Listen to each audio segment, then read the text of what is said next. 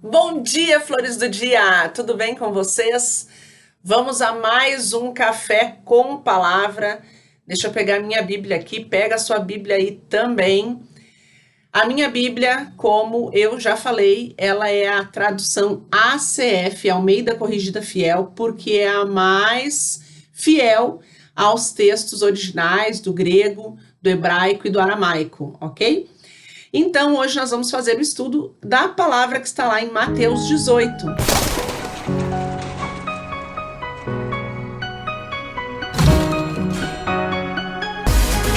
E Mateus 18 diz assim: Naquela mesma hora chegaram os discípulos ao pé de Jesus, dizendo: Quem é o maior do reino dos céus?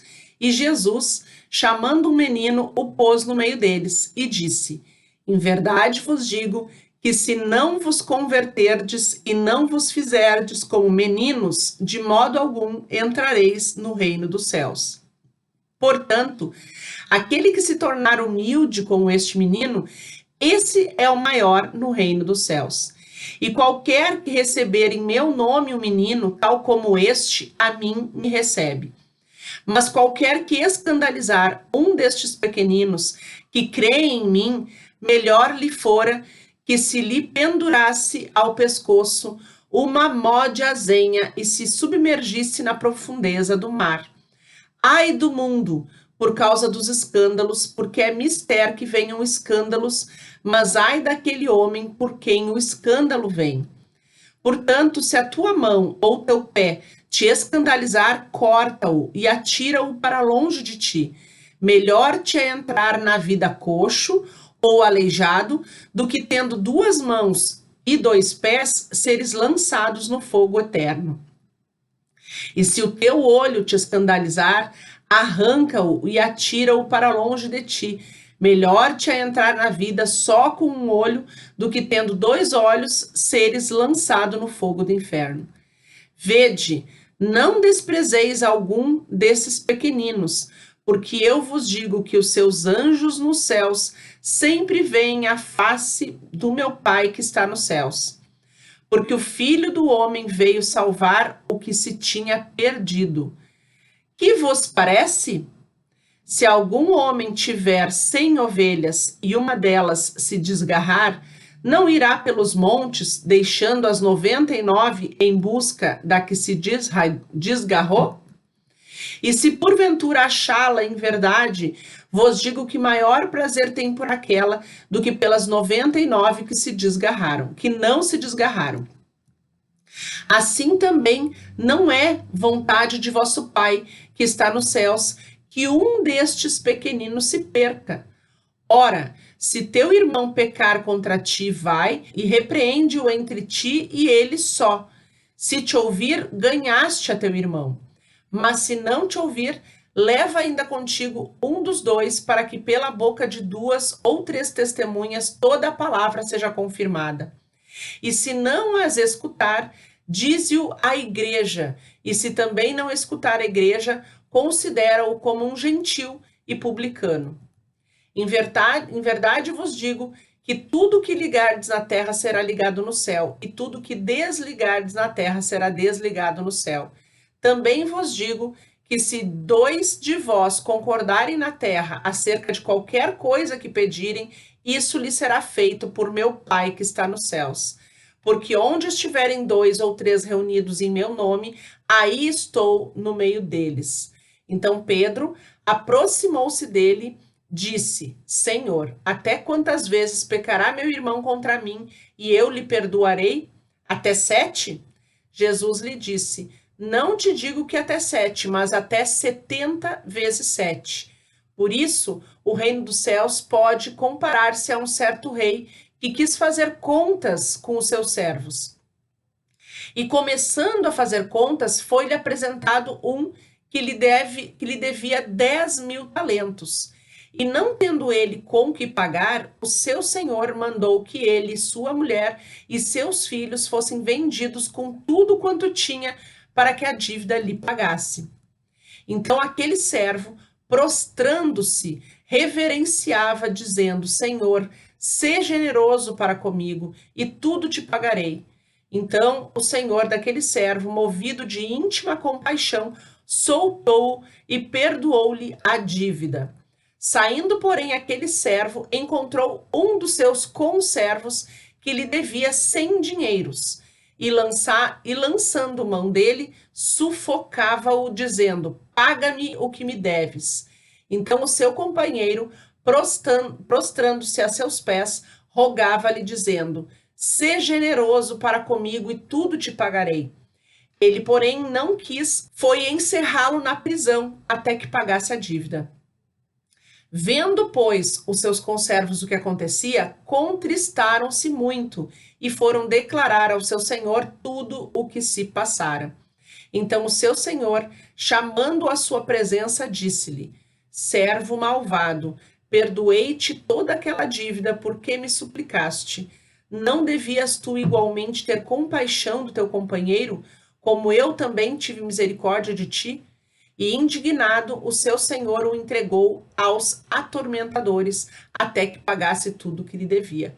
Assim vos fará também meu Pai Celestial, se do coração não perdoardes cada um a seu irmão as suas ofensas. Forte, né, gente? O que podemos aprender em Mateus 18? Né? O ser humano, ele tem uma tendência natural pelo desejo de poder, né? Ele quer ser grandioso, ele quer ser famoso, enfim. E a gente pode perceber nessa passagem de Mateus 18 que com os discípulos não foi diferente, né? Eles queriam saber o que era preciso para ser o maior no reino dos céus. E a resposta de Jesus foi maravilhosa, né? Ele falou: eu lhe asseguro que a não ser que vocês se convertam e se tornem como crianças, jamais entrarão no reino dos céus. Ou seja, o reino dos céus ele não é tomado por superioridade, por arrogância. Muito pelo contrário, ele é tomado por pureza, por humildade, como uma criança. Então o Senhor faz advertências severas sobre o cuidado que devemos ter com o pecado. E esse pecado da superioridade, da arrogância, do orgulho, são exemplos que ele deu, né? Ele fala sobre arrancar a perna, arrancar o olho, né? Mas não é no sentido literal, né? Mas no sentido figurado. Se de repente o nosso olho está nos fazendo pecar, arranca fora, ou seja, mas arranca fora o pecado, né? Arranca fora aquilo que o teu olho está olhando, não é para arrancar o teu olho fora, né? No último Café com a Palavra nós falamos muito sobre isso, né? Cuidado com a religiosidade, cuidado com o fanatismo, cuidado com a falta de discernimento. Jesus ensinou muito através de parábolas, então cuidado para a gente não levar tudo ao pé da letra, a gente precisa pedir discernimento, entendimento para Deus, para a gente poder interpretar bem a palavra, né? Então, qualquer pessoa que deseja experimentar a misericórdia de Deus e ter um recomeço, recebe de Deus o perdão e a oportunidade de recomeçar. E por isso que Deus exige de nós que a gente faça o mesmo com as outras pessoas.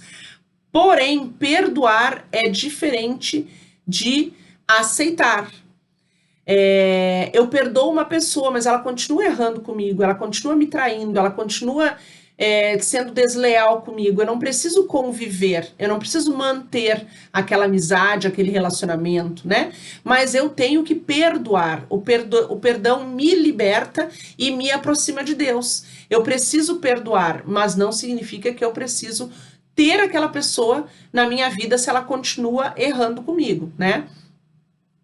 Então, Jesus ensina aos seus discípulos sobre como eles devem perseverar na construção dos bons relacionamentos e evitar as inimizades, intrigas e contendas.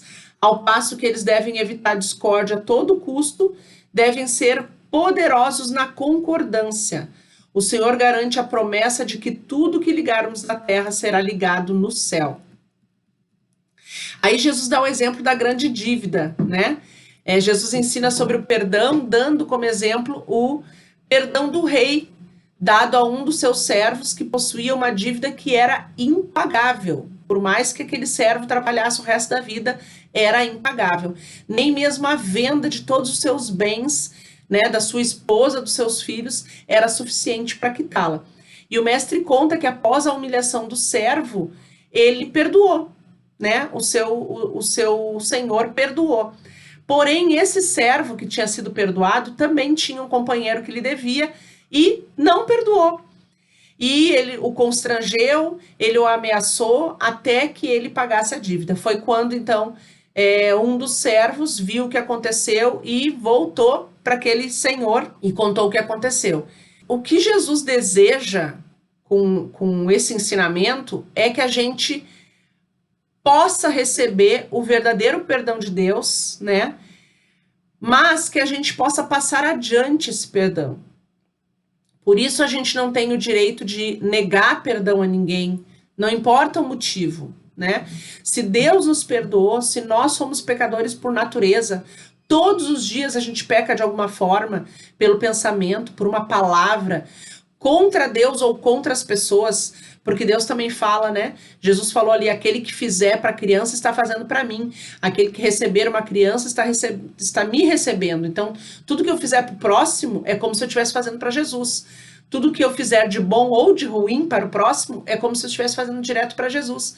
Então, se Ele nos perdoa, mesmo com todos os nossos erros, com todas as nossas falhas, quem somos nós para não garantir o perdão para outra pessoa?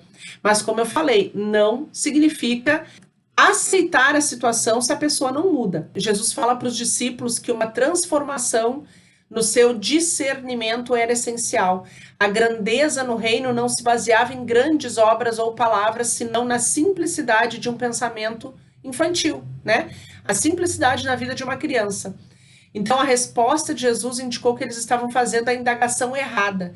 Eles deveriam ter se concentrado em servir ao Todo-Poderoso e não perguntar sobre posições no reino, né? Quem seria o maior, como ser maior no reino. O serviço deles precisava ser voltado aos seres humanos, uma vez que Jesus falou sobre amparar uma criança em seu nome. Naqueles dias, pouca atenção era dirigida às crianças, porém Jesus não as ignorou. Naquela época, as crianças elas não eram consideradas, elas eram desprezadas, ignoradas, não tinham valor, né? Não tinham valor. Então, ele deu uma observação severa sobre qualquer um que possa colocar uma pedra de tropeço no caminho de um desses pequeninos que creem nele. Seria melhor para este perverso ter uma grande pedra de moinho pendurada no pescoço e mergulhar nas profundezas do oceano do que receber a repreensão de Deus, né? Um indivíduo verdadeiramente simples não se preocupa com posto ou autoridade, porém se preocupa com serviço diligente, especificamente para os mais necessitados. E ainda existe isso no nosso meio, que são os fariseus, os hipócritas, né? Pessoas que talvez pregam a palavra, são missionários, são pastores, enfim, pessoas talvez que se achem melhor do que as outras pessoas, porque estão levando a palavra de Deus, e assim acham que vão ter um lugar melhor, maior no reino de Deus. Infelizmente existe, mas o que nos garante um lugar no reino de Deus é a nossa humildade, é a forma como a gente trata as pessoas. Mais uma vez, né? Mateus nos ensinando, Mateus não, né? O livro de Mateus falando sobre Jesus ensinando sobre o perdão. Que nós precisamos perdoar não 7, mas sim 70 vezes 7, e que nós não somos ninguém para negar o perdão para outra pessoa, sendo que nós fomos perdoados por Deus, apesar de todos os nossos pecados. E uma passagem que eu quero falar para vocês, como eu falei, que cada estudo eu traria voltado à restauração do casamento, tentaria trazer para a restauração do casamento, né? Lá em Mateus 18, versículo 19, diz assim: também vos digo que se 2 de vós concordarem na terra acerca de qualquer coisa que pedirem, isso lhe será feito por meu Pai que está nos céus. Vamos trazer isso para a restauração do casamento? Como que você pode ter a restauração do seu casamento se apenas uma das pessoas tiverem essa vontade? Diz aí para mim. Ok, a luta ela precisa começar com uma pessoa. Alguém precisa querer, né? Alguém precisa começar, alguém precisa orar, alguém precisa jejuar, alguém precisa começar essa transformação toda, né? Então, buscando Deus, jejum, oração, com a sua própria transformação, a sua restauração pessoal, aí começa a sua luta. Ok. Mas passa meses, passa anos, aquela pessoa de fato não quer. Apenas uma pessoa quer. Como que Deus vai forçar uma restauração se apenas uma pessoa quer? A palavra aqui está falando, ó. Se dois de vós concordarem na terra acerca de qualquer coisa que pedirem, isso lhe será feito pelo meu Pai, que está nos céus. Então, às vezes, existem pessoas, casais, que deixaram até de se falar, não tinham filhos, ou filhos crescidos, enfim. Cada um se mudou para longe um do outro, perderam contato 1 ano, 2 anos, 3 anos, mas daqui a pouco começou a ter dentro do seu interior uma vontade de voltar atrás, uma vontade, uma saudade. Os dois começaram a ter aquela vontade. Então Deus cria situações para aquele casal se aproximar.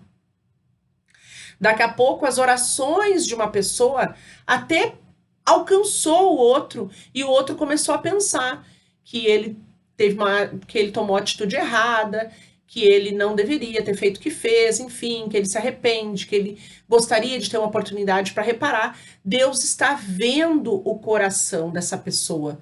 Deus está vendo o coração dessas duas pessoas e aí ele pode atender.